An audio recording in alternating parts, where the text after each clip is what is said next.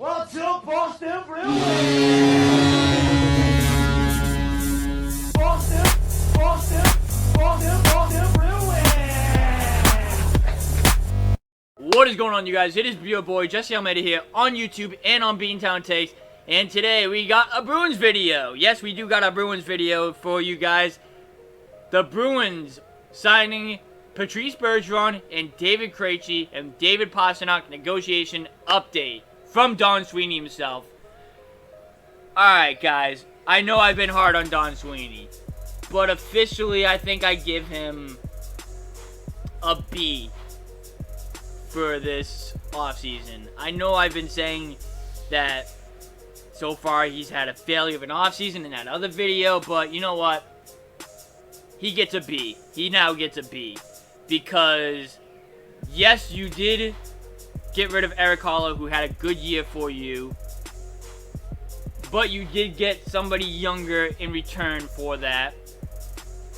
And then you also filled your void in getting a bona fide second line center, which you needed. He may be old, yes, David Krejci may be old, but like we learned from last year how much the Bruins missed David Krejci. For them to be able to get David Krejci back is absolutely huge. Now, do I still think they're going to struggle at the beginning of the year? I do. I still think they're going to struggle at the beginning of the year.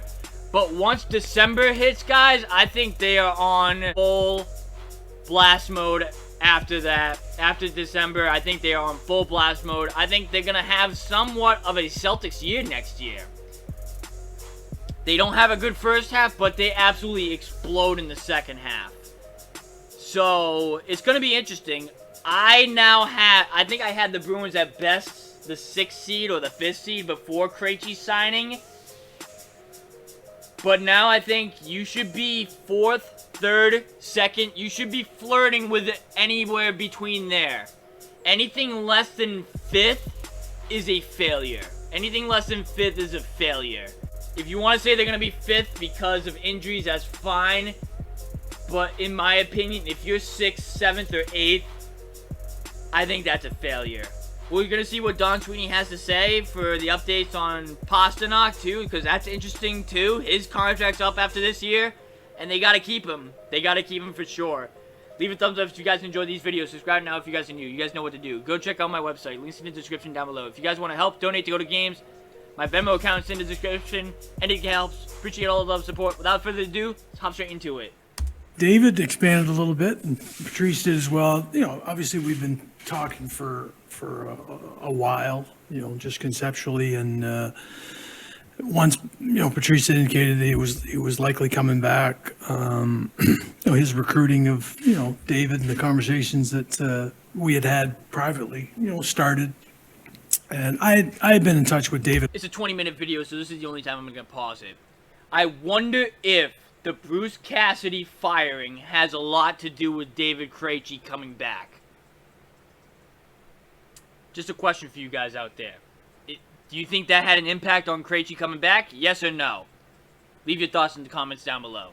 It all through last year, as you guys know, and with Yuri Hamel as well, and mostly with Yuri, just because allowing David, you know, to stay in his own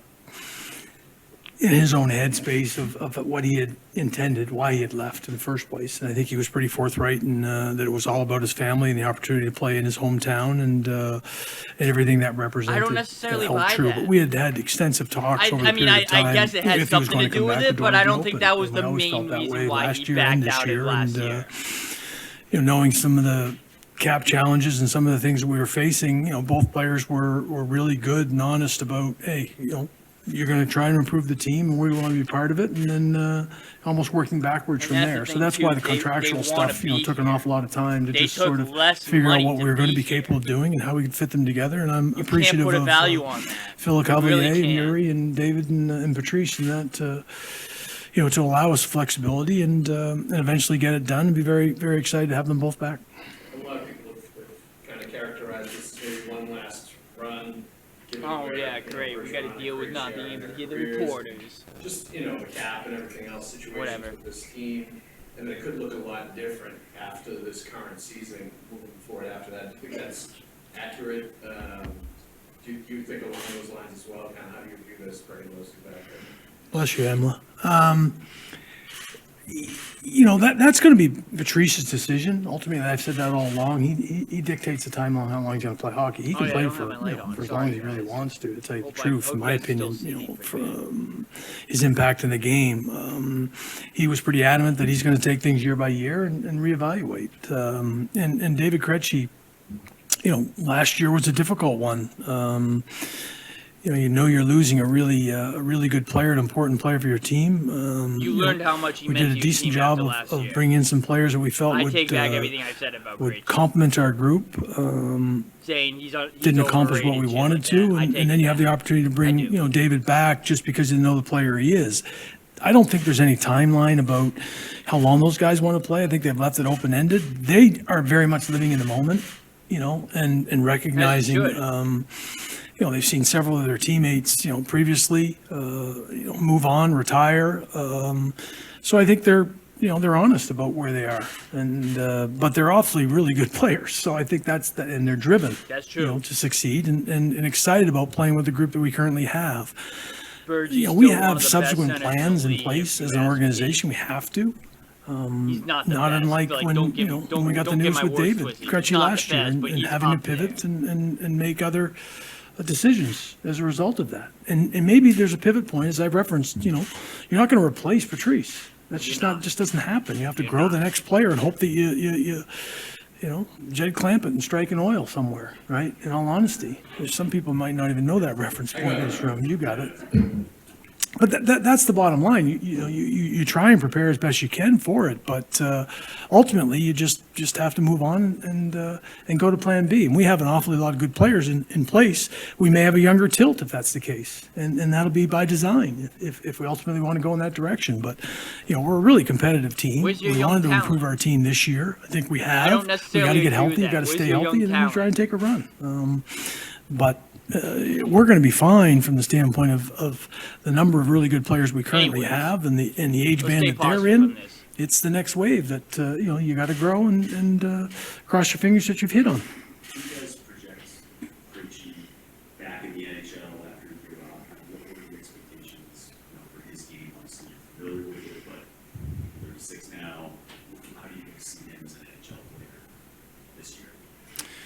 Well, we watched David an awful lot last year, in particular in the international tournaments and how he had done. You also get feedback from other people that are just complimenting, boy, David can still play, he can still impact the game. As an organization, we have done a decent job in Patrice's case and David's case of taking away some primary minutes and spreading some things around in situational minutes. We'll continue to do that. I think the depth that we now have in guys that can play in the middle of the ice, and Pavel Zacha's part of that, and Charlie Coyle's part of that. And Wait a minute. To the person who commented me, who I don't know anything about hockey, right? He just said my point right there. Right? When I was saying that, it was a questionable move, how he's not a second-line center, that he was a fourth-line center, one of you guys commented saying that I don't know anything about hockey if I think Zacha's a fourth-line center.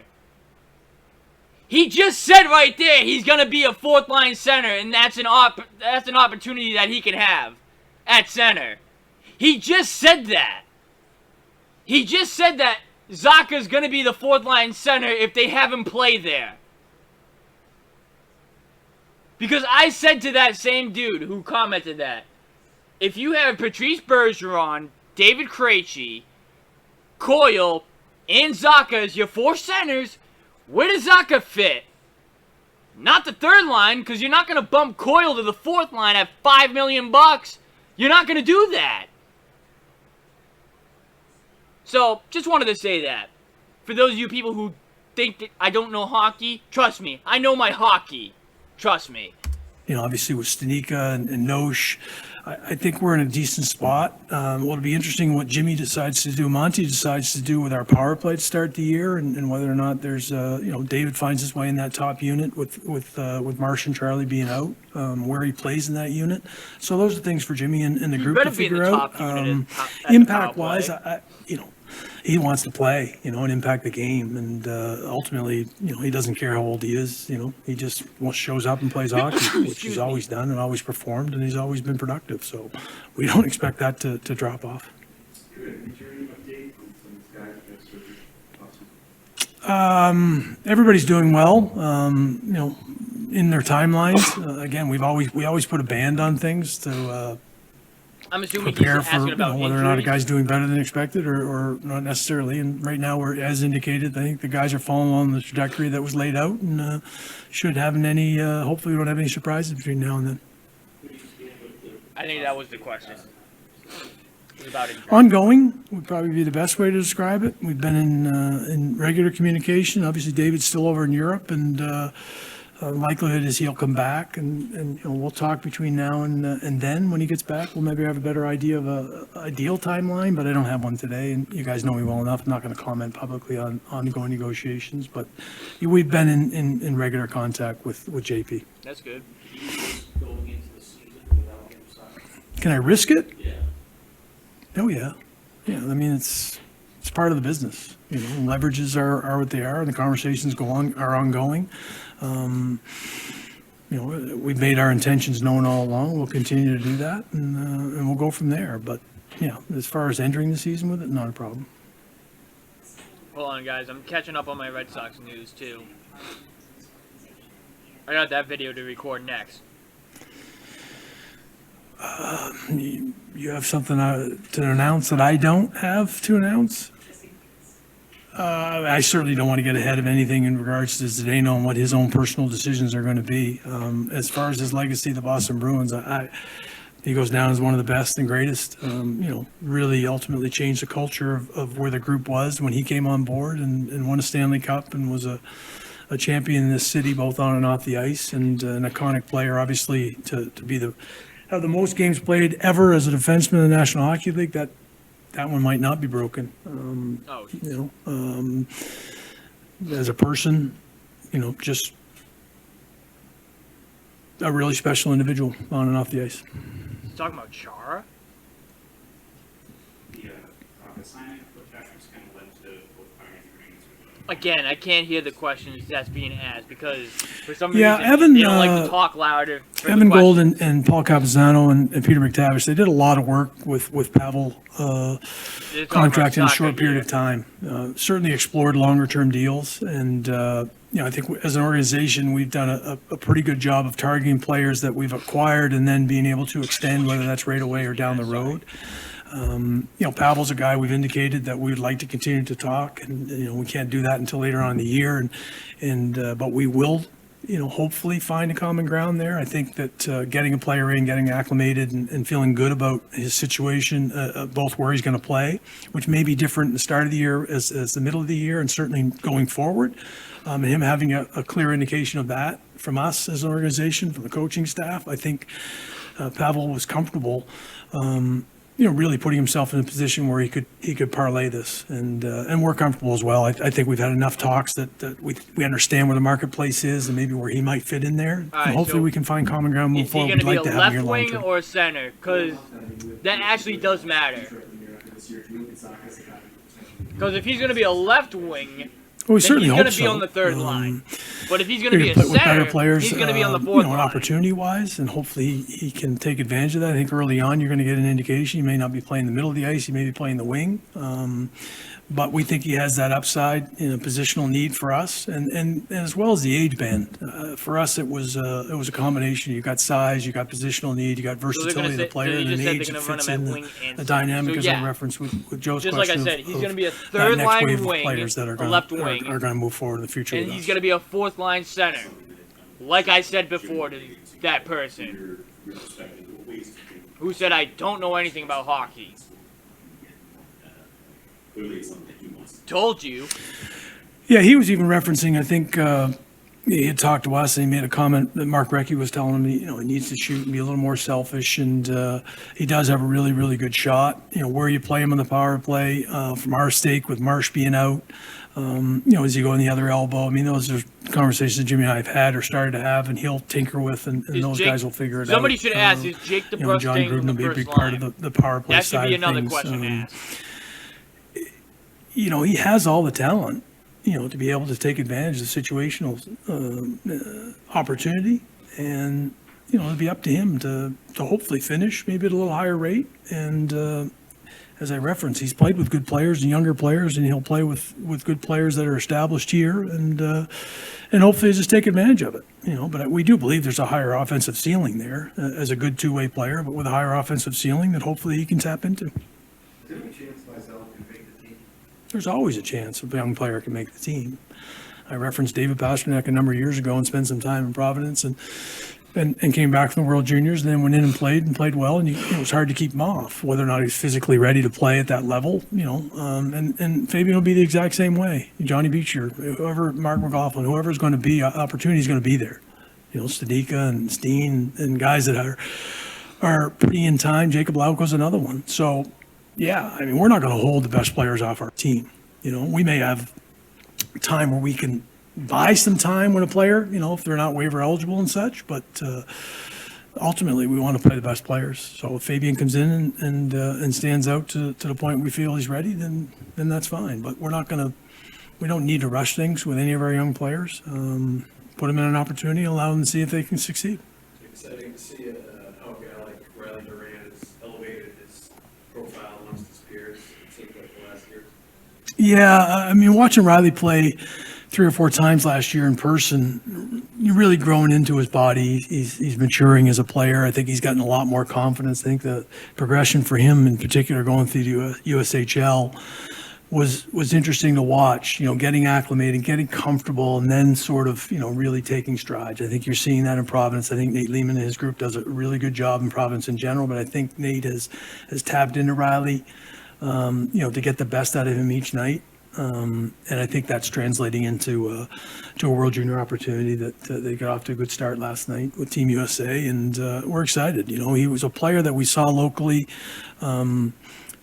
Again, had attributes of his game that they were sort of in silos, so to speak, rather than putting the whole package. I think he's starting to put the packages of those talent and again growing into his physical stature that's exciting for us.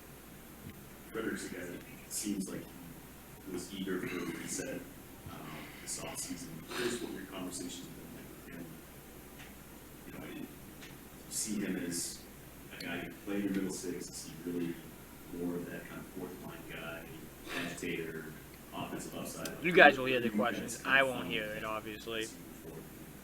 Yeah, I don't think that's been determined in terms of what his offensive ceiling is. Going back to the numbers and the situations he played at Wisconsin and took advantage of playing with players there, both in the middle and the wing. I think he's now shown that he's capable of doing both. I think he wants to be a more impactful player offensively and affect the game overall, physically, and stay healthy. There's no way he's just a fourth line player for us. I think that he is a higher ceiling and an impact. I think he wants to get that. You see, that's not what I meant when I said he's a fourth line center. What I meant by that was right now, in the current state of the Boston Bruins, right? He's a fourth line center. Can he be better than Charlie Coyle and move up to the third line? Absolutely he can. But as of right now, he's the fourth line center. Period. End of discussion. That's what it is. He has a high ceiling, yes. But as of right now, in terms of how this team is constructed, and the term of Zaka's play, he's a fourth line center and a third line left winger. That's what he is. Conversation piece, is really going on with Monty and him establishing a relationship there to get the best out of the player. Put himself, situations that he can take advantage of, and hopefully remain confident. I think his confidence in his own play has some variance to it that needs to smooth out, as all NHL players when they're, going through some challenges, and they come back in the best shape that he possibly can, regardless of where he plays, in the middle or the wing. Just, be the player he's capable of being and not worry about some of the other things that, sometimes creep in, especially for young players.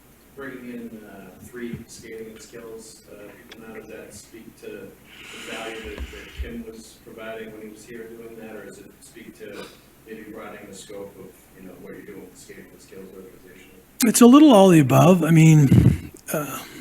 I referenced earlier, Jay, he took a really good person and a good professional from our organization. And Kimmer will be missed. I wish him, well, in his next endeavors. He had an itch towards coaching. And what's interesting is we were in the process of looking at expanding his role in our footprint here in the skills and skating development side of things. So this sort of prompted us to really expand it, to the point where we have a definitive need that has grown here from a standpoint of return to play and the conditioning side of things, not just because we have current injuries, but we had players that have gone through it. Johnny McLean's a guy that I've known for an awfully long time. He's been in the same footprint. He's really excited about the opportunity to come in and work with our players at this level. And Tom Ford and David Breen are two guys that have walked in the same circle, and they're going to be able to probably tap in, either backfill with Johnny here, or most importantly, tap in with our Providence guys on a really more regular basis, which Kimmer had been pulled away a little bit in that regard, as well as communicate and break down video on the skill and skating side of things of all our prospects. So there's a much wider berth that we wanted to kind of touch upon with the addition of all three guys, and we're excited about and they are about joining the organization and hopefully making an impact on the growth and development of our young players. Have you guys done the maps, the cap map, assuming help? Do you have to move money out at some point for a year, or? Like, I can see the dude talking. He's front row. I hope we've done, significant math to be able to put the pieces together. We have some challenges as to several teams and how we do that, be it through trade or be it through waivers that really all teams are going to have to face. We don't have an issue. Certainly through November, we don't have an issue because of LTI and the likelihood that we'll be in LTI with the injuries we have, the amount of injuries we have. But coming out of it is the math challenge, and yeah, we'll have to unwind a little bit, but we have some mechanisms to be able to do that. We know the levers will be, and you just don't know what's going to happen between now and then, anyways. So we're prepared to go in a couple different directions and explore what we have to, but we have mechanisms in place to be able to accomplish the goal I think you're asking. This cap ruling is that the players understand it can be moved at any time, but is that